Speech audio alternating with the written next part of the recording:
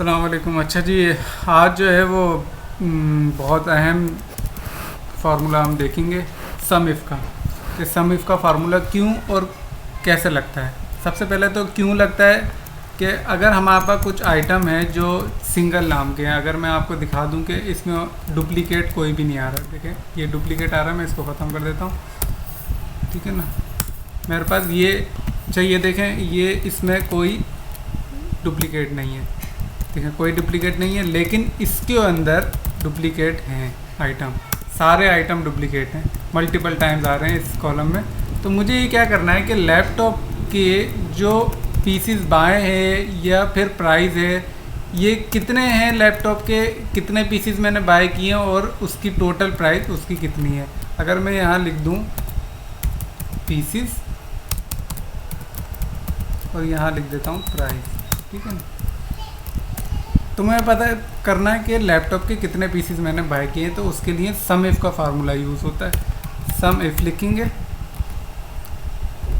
Bracket open करेंगे। अब देखें यहाँ गाइड कर रहा है मुझे कि रेंज करनी है पहले, फिर क्राइटेरिया देना है, फिर सम रेंज देनी है। तो हमें रेंज क्या देनी है, क्राइटेरिया की रेंज देनी है, क्योंकि सम रेंज तो वो बाद में मांगेगा। तो हमें क्राइटेरिया की रेंज क्या देनी है, क्राइटेरिया की रेंज ये देनी है। आइटम जो है हमें इसमें से ढूंढ के लेकर आए, क्या ढूंढ के लेकर आए, क्राइटेरिया क्या है, लैपटॉप को हमने क्राइटेरिया ये दिया, फिर कॉमा दबाया, फिर हमें पूछ रहा है कि रेंज क्या है, सम की रेंज क्या है, किस कॉलम में से मैं सम करूं।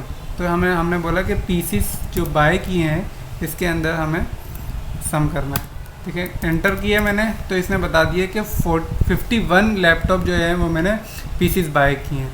अब देखें एक चीज़ जो ज़रूरी है वो ये है कि कोई भी रेंज हम सिलेक्ट करेंगे, सिलेक्ट करने के फ़ौरन बाद हम इसको F4 ज़रूर दबाएंगे ताकि ये फ्रीज़ हो जाए। अगर हमारे पास बड़ा डेटा है, हम इनको भी फिल करना चाह रहे हैं, तो इसमें मुझे फार्मूला लगाने की ज़रूरत नहीं है। डायरेक्ट क्या करूँगा, इसको कॉपी करूँगा और नीचे तक सिलेक्ट करूँगा। देखें ये पीसी, माउस, प्रिंटर, ये सारे चीज़ें मैंने इसको यहाँ से जहाँ फार्मूला लगाना है इसको मैंने सिलेक्ट की और सिंपल मैंने Ctrl+V दबा देना है। ये देखें सारे एक साथ आ गए, मुझे इन सब पे फार्मूला लगाने की ज़रूरत नहीं पड़ी, फार्मूला खुद ब खुद लग गया। क्यों? क्योंकि मैंने इस रेंज को और इस रेंज को मैंने फ्रीज़ कर दिया। मैं आपको दिखाता हूँ फ्रीज़ का मतलब क्या होता है। फ्रीज़ का मतलब ये होता है कि ये डॉलर का साइन लगा हुआ है, देखें एक ये लगा हुआ है और एक ये लगा हुआ है, एक ये लगा हुआ है, एक ये लगा हुआ है, ये फ्रीज़ का मतलब होता है। तो देखें ये फ्रीज़ हुआ हुआ है, ये फ्रीज़ हुआ हुआ है। फिर जो है मैं प्राइस भी इसी तरह से लूँगा कि लैपटॉप के जो 51 पीसीस मैंने बाय किए हैं इसके प्राइस टोटल कितने हैं। तो मैं क्या करूँगा, सम इफ़ का फार्मूला लगाऊँगा, ब्रैकेट ओपन करूँगा। अब दोबारा मुझे रेंज गाइड कर रहा है, तो कि रेंज क्राइटेरिया की क्या है, रेंज ये मुझे लेना है, F4 दबाना है ताकि ये फ्रीज़ हो जाए। देखें ये फ्रीज़ हो गया। कॉमा दबाना है, कॉमा दबाने के बाद देखें क्राइटेरिया हमें देना है लैपटॉप क्राइटेरिया देने के बाद फिर हम कॉमा दबाएंगे। अब ये हमें सम रेंज देनी है। सम रेंज हमें किसकी देनी है, प्राइस की हमें सम रेंज देनी है। देखें शुरू से लेकर मैंने आखिरी तक J3 से ये G3 से G76 है, देखें ये G76 है। फिर मैंने इसको फ्रीज़ कर दिया। अब देखें ये फ्रीज़ हो गया। सिंपल एंटर करूँगा तो मुझे पता चल गया 193,667 इसकी टोटल प्राइस है 51 पीसेस की। फिर मैं क्या करूँगा, अब मुझे सब पर ही फार्मूला लगाना है, तो मैं इसको कॉपी करूँगा, नीचे तक मुझे सिलेक्ट करना है, क्योंकि जहाँ तक फार्मूला लगाना है उसको सिलेक्ट करना है और Ctrl+V दबा देना है। तो मुझे पता चल जाएगा कि देखें ये टोटल इसके आ गए, इस पर फार्मूला लगाने की ज़रूरत नहीं है। इन केस अगर मैं इसको फ्रीज़ ना करूं,